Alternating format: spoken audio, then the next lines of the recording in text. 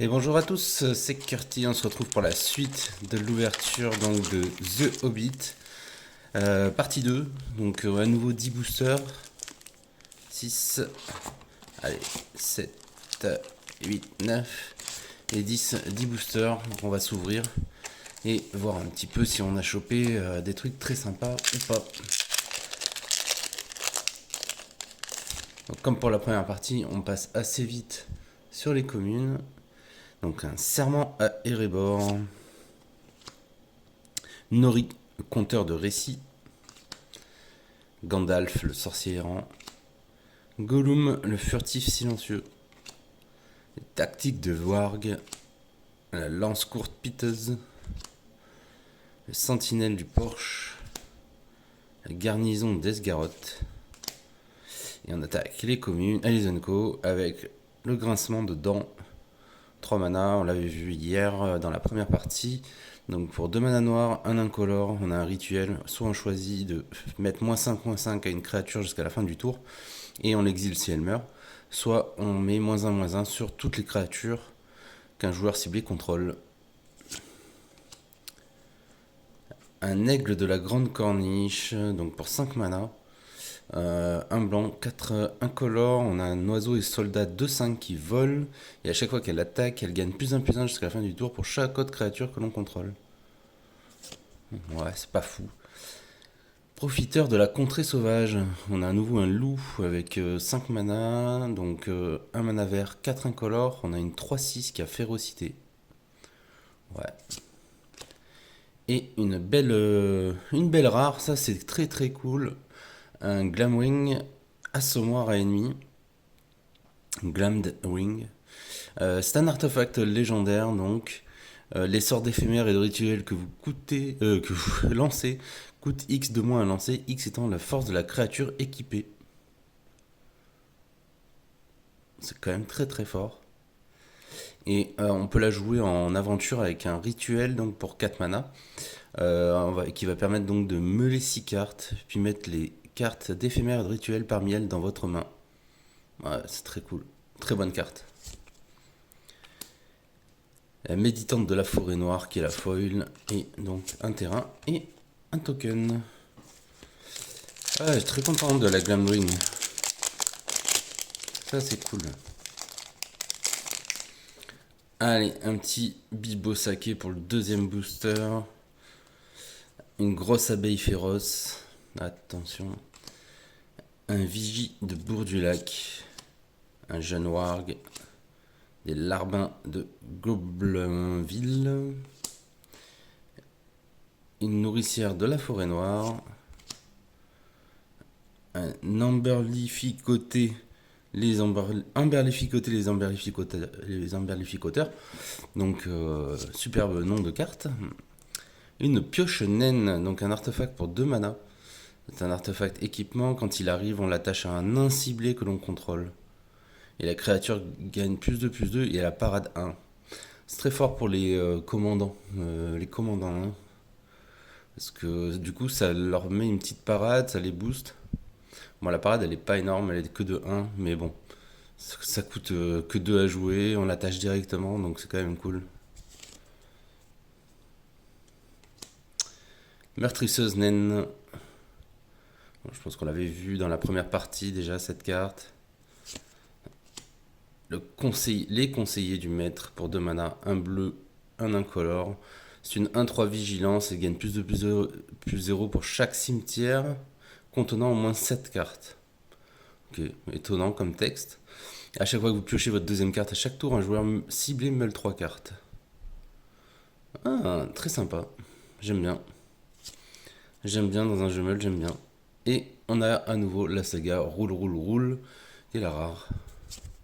Ouh, la mythique Beorn le farouche. Et voilà, on a un super lord pour les ours. Décidément, j'aurais eu toutes les bonnes cartes vertes, c'est incroyable. Donc 5 mana, 2 forêts, 3 incolores. On a une créature légendaire ours, échange forme et guerrier, qui est une 6/6. Elle a piétinement, et les autres ours que l'on contrôle gagnent +2/+2. Au début du combat, pendant votre tour, mettez un marqueur piétinement sur jusqu'à une créature ciblée que vous contrôlez. Elle devient un ours en plus de ses autres types. Puis si vous contrôlez au moins 3 ours, piochez 2 cartes. Ça fait tout. La carte fait tout. Une très belle carte. Ça fait très très plaisir. Et on a à nouveau la fin. Ouais, là franchement, très cool.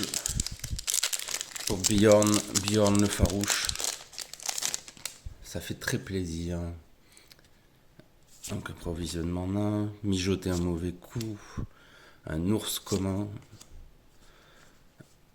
Ouin le vaillant, une armure de plaque goblin, un harpiste du roi elfe, une épée courte naine, la dernière bataille de Thorin, et la première Unco, c'est donc des loups.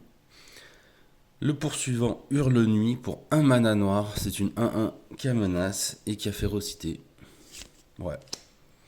La fêtarde Sylvaine qu'on a déjà eu aussi. Le cavalier des montagnes de brume. Pour 5 mana, un rouge, 4 incolores, on a une 4-4 gobelins et soldats.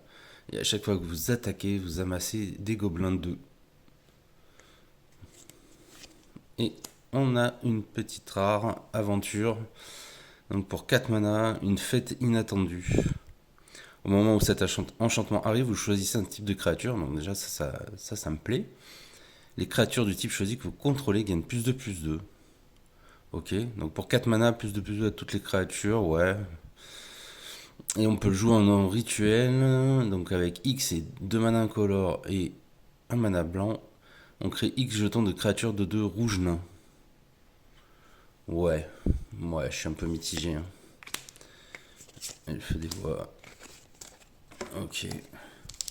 Allez, on est déjà au 4e booster de cette deuxième série. Donc si vous voulez voir la première série, hein, n'hésitez pas à regarder la première vidéo.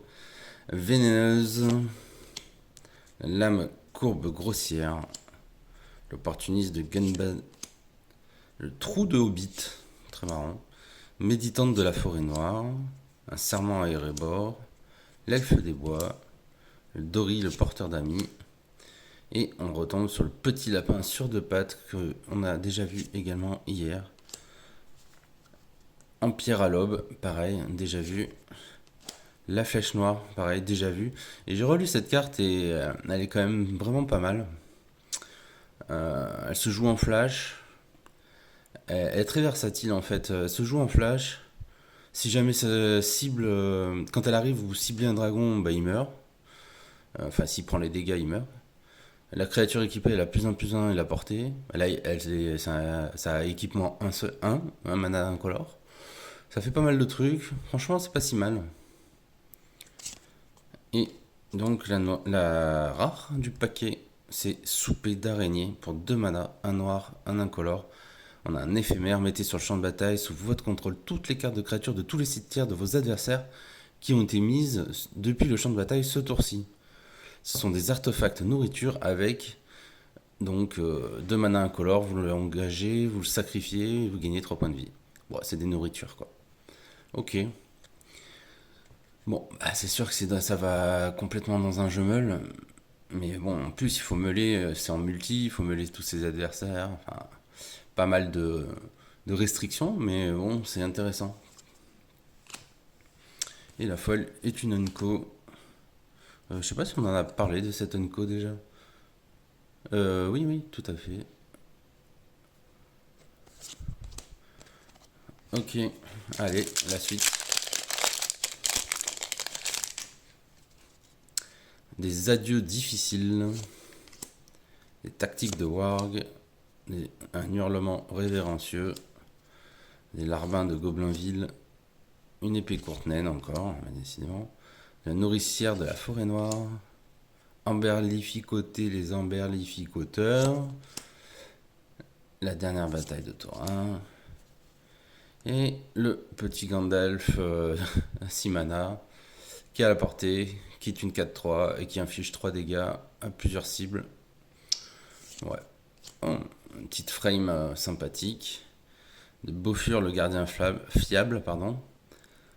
Donc c'est pour un mana, un lien de vie, c'est un nain et éclaireur. Et on peut la jouer en aventure. À ce moment-là, on joue le sort qui s'appelle Attention concertée, qui fait qu'une cible que vous contrôlez, artefact ou créature, acquiert la défense talismanique et l'indestructible jusqu'à la fin du tour. Ça c'est très cool. Oh, temps d'huile, le seigneur Sindarin. Pour 4 mana, 2 incolores, un vert, un bleu, un vert, un bleu. On a une créature légendaire, elfe et noble, 2-3. Les autres elfes que vous contrôlez gagnent +1/+1. Il a touche terre à chaque fois que vous jouez un terrain. Vous allez créer un jeton de créature 1-1 vert elfe. Et il peut se jouer en rituel avec l'aventure pour 3 mana. Et dans ce cas, vous allez mêler 4 cartes puis mettre jusqu'à 2 cartes de terrain parmi elles dans votre main. Donc vous pouvez jouer tout à fait d'abord le rituel pour ensuite jouer la créature légendaire elfe et faire proc, faire trigger son touche terre. Elle est pas mal hein, cette Unco. Et du coup, la rare du paquet, on a un grand gobelin pour 3 mana, un mana incolore, un noir, un rouge, un noir ou un rouge, un noir ou un rouge. Donc c'est une 3-2 gobelin et noble. À chaque fois que vous mettez au moins un marqueur sur un gobelin, un orc ou une armée que vous contrôlez, le grand gobelin inflige 2 blessures à un adversaire ciblé. À chaque fois qu'un autre gobelin ou un autre orc ou une autre armée que vous contrôlez meurt, exilez les cartes du dessus de la bibliothèque et vous pouvez la jouer jusqu'à la fin de votre prochain tour. C'est vraiment pas mal. J'aime bien, c'est un bon commandant, je pense. Je pense qu'il y a moyen de build autour de lui. C'est intéressant. Et on a encore une Unco qu'on a déjà vue en foil cette fois-ci.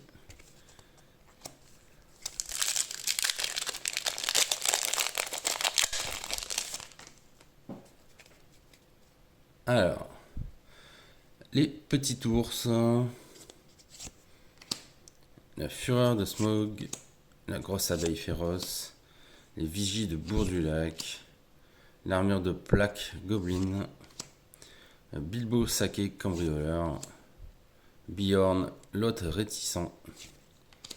Et donc la première Unco c'est le timonier du radeau elfe, un elfe et pilote pour 3 mana, un bleu, 2 incolores. Il a touche terre, c'est une 3-2 qui a touche terre. Et donc à chaque fois qu'un terrain que vous contrôlez arrive, vous allez pouvoir choisir d'engager une créature ciblée ou dégager une créature ciblée que vous contrôlez. Ouais, pas mal, pas mal, pas mal. Bon, dommage c'est en bleu, mais quand même intéressant. Le rôdeur de la désolation pour 2 mana, un noir, un incolore. On a un loup 2-2. Si on paye 2 points de vie, cette créature peut gagner +2/+2 jusqu'à la fin du tour, mais on peut le faire qu'une seule fois. Bon, c'est très limitant. Le retour du roi des montagnes qu'on a déjà eu. Une saga qu'on a déjà vue. Et à nouveau, une entrée de la forêt en rare. Donc pareil, c'est un rituel qu'on a déjà eu lors de la première partie de l'ouverture. Pour 8 mana, 2 forêts, 6 incolores. On va pouvoir regarder les 20 cartes du dessus de notre bibliothèque, mettre sur le champ de bataille, engager n'importe quel nombre de cartes de terrain parmi elles et mélanger. Et gagner aussi 8 points de vie. Très intéressant. Oh, une deuxième rare, ça c'est cool. Ça se fait de manière de plus en plus rare, donc c'est cool. Les sakés de besace pour un noir, un incolore. On a une 2-2. Quand les sakés arrivent, vous pouvez sacrifier une autre créature ou un autre artefact. Si vous faites ainsi, piochez une carte et créez un jeton trésor. À chaque fois que vous sacrifiez un jeton, un adversaire ciblé perd un point de vie. Ah ouais. Intéressant. Intéressant. Je me demande aussi s'il n'y a pas moyen de faire un petit commandant là, autour de ça. À voir, parce que la couleur noire, je ne sais pas. Mais bon. Elle est intéressante cette carte. Et la foil était une commune. Allez, on est déjà au 6ème booster. On a les vaillants des collines de fer. Nori, le compteur. Les sentinelles du porche. Garnison d'Esgaroth. le harpiste du roi elfe, l'ours commun, Oin le vaillant, la vieille grive, le grand et affreux gobelin, qui est la première des Unco. Donc c'est une 4-4. Chaque créature que vous contrôlez avec un marqueur +1 sur elle a la menace. Et on peut aussi le jouer donc en aventure avec un sort qui coûte 2 mana du coup, qui s'appelle Cric Crac, et on va amasser des gobelins 2. Ok, bon. Une petite frame sympa avec Glowin le puissant pour 4 mana, un rouge, 3 incolores. On a une 4-3. Au début de votre première phase principale, vous ajoutez 2 mana. Bon, ça fait plaisir. Et pour son aventure, on va pouvoir faire en sorte que les cibles faciles infligent une blessure à chaque créature que vos adversaires contrôlent pour 3 mana. Pas mal. Sauvetage de l'aigle. Donc c'est un enchantement de créature pour 4 mana, 2 incolores, un blanc ou un bleu et un blanc ou un bleu. On va pouvoir enchanter une créature et lui donner +2 et le vol.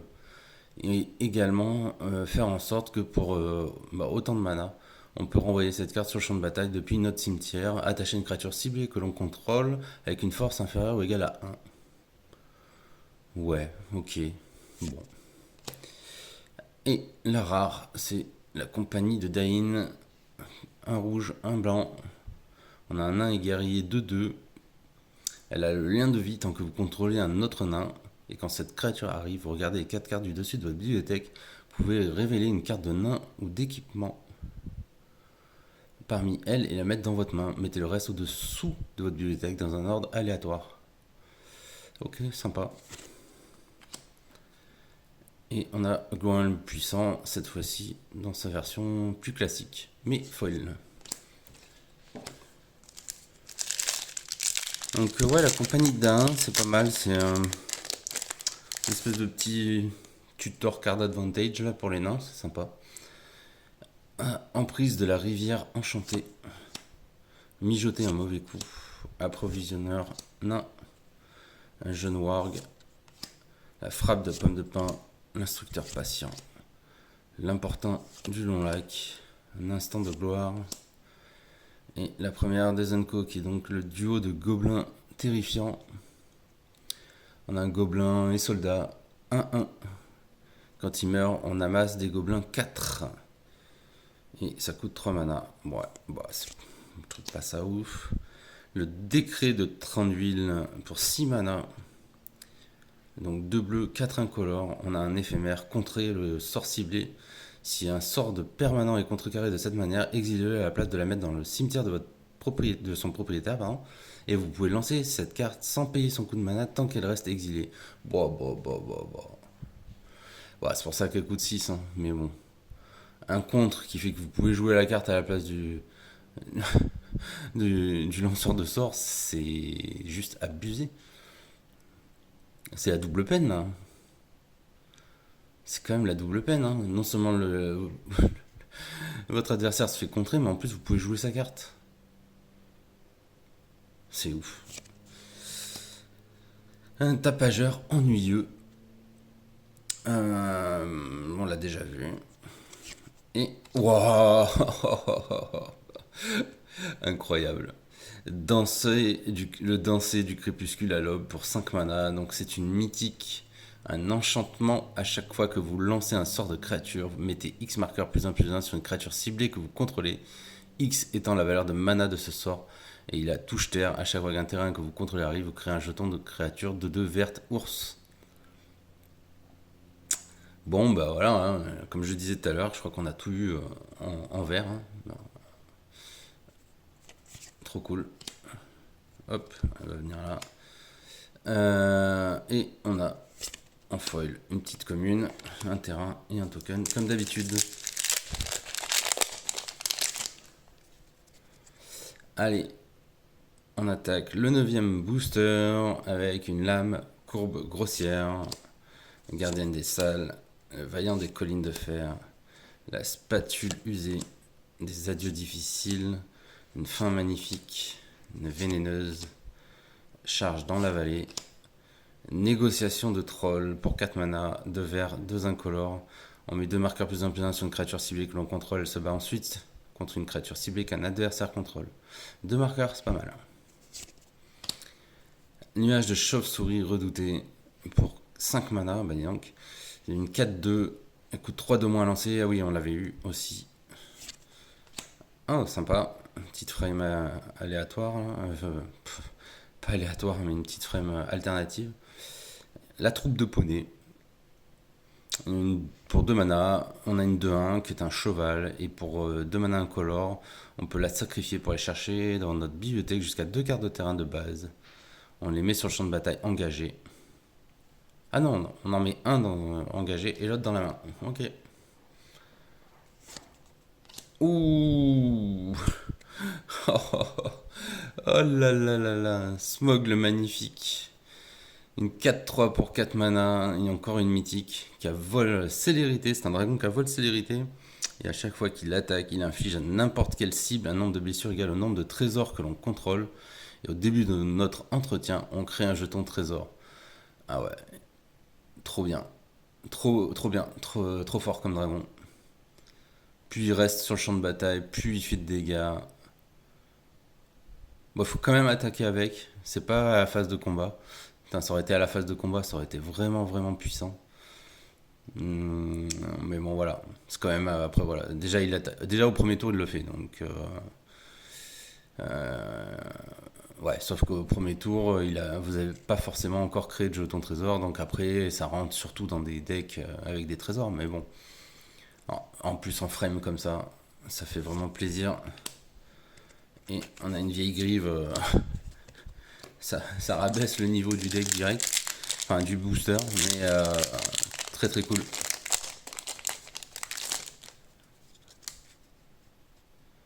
La coupure mortelle de Bilbo. Les nouvelles de la guerre.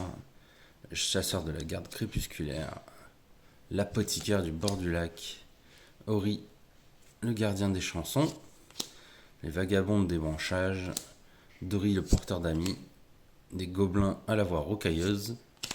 Et on a une vieille grosse araignée en Unco qu'on a déjà vu aussi. La carte de Tror qu'on a déjà vu également. Une saga noire, Fil à Goblinville. Oui, on l'avait déjà eu également. Et la rare, c'est Dernière lueur du jour de Durin. Pour 2 mana, un rouge, un incolore, c'est un enchantement. À chaque fois qu'une montagne que vous contrôlez arrive, vous mettez un marqueur quête sur cet enchantement. S'il a au moins 6 marqueurs quête sur lui, sacrifiez-le. Si vous faites ainsi, cherchez dans votre main ou votre bibliothèque une carte de dragon et mettez-la sur le champ de bataille. Si vous cherchez dans votre bibliothèque de cette manière, vous mélangez. Ah ouais. Donc trop fort. Un enchantement qui permet d'aller chercher un dragon et de le poser directement sur le champ de bataille. À chaque fois qu'une montagne que vous contrôlez arrive.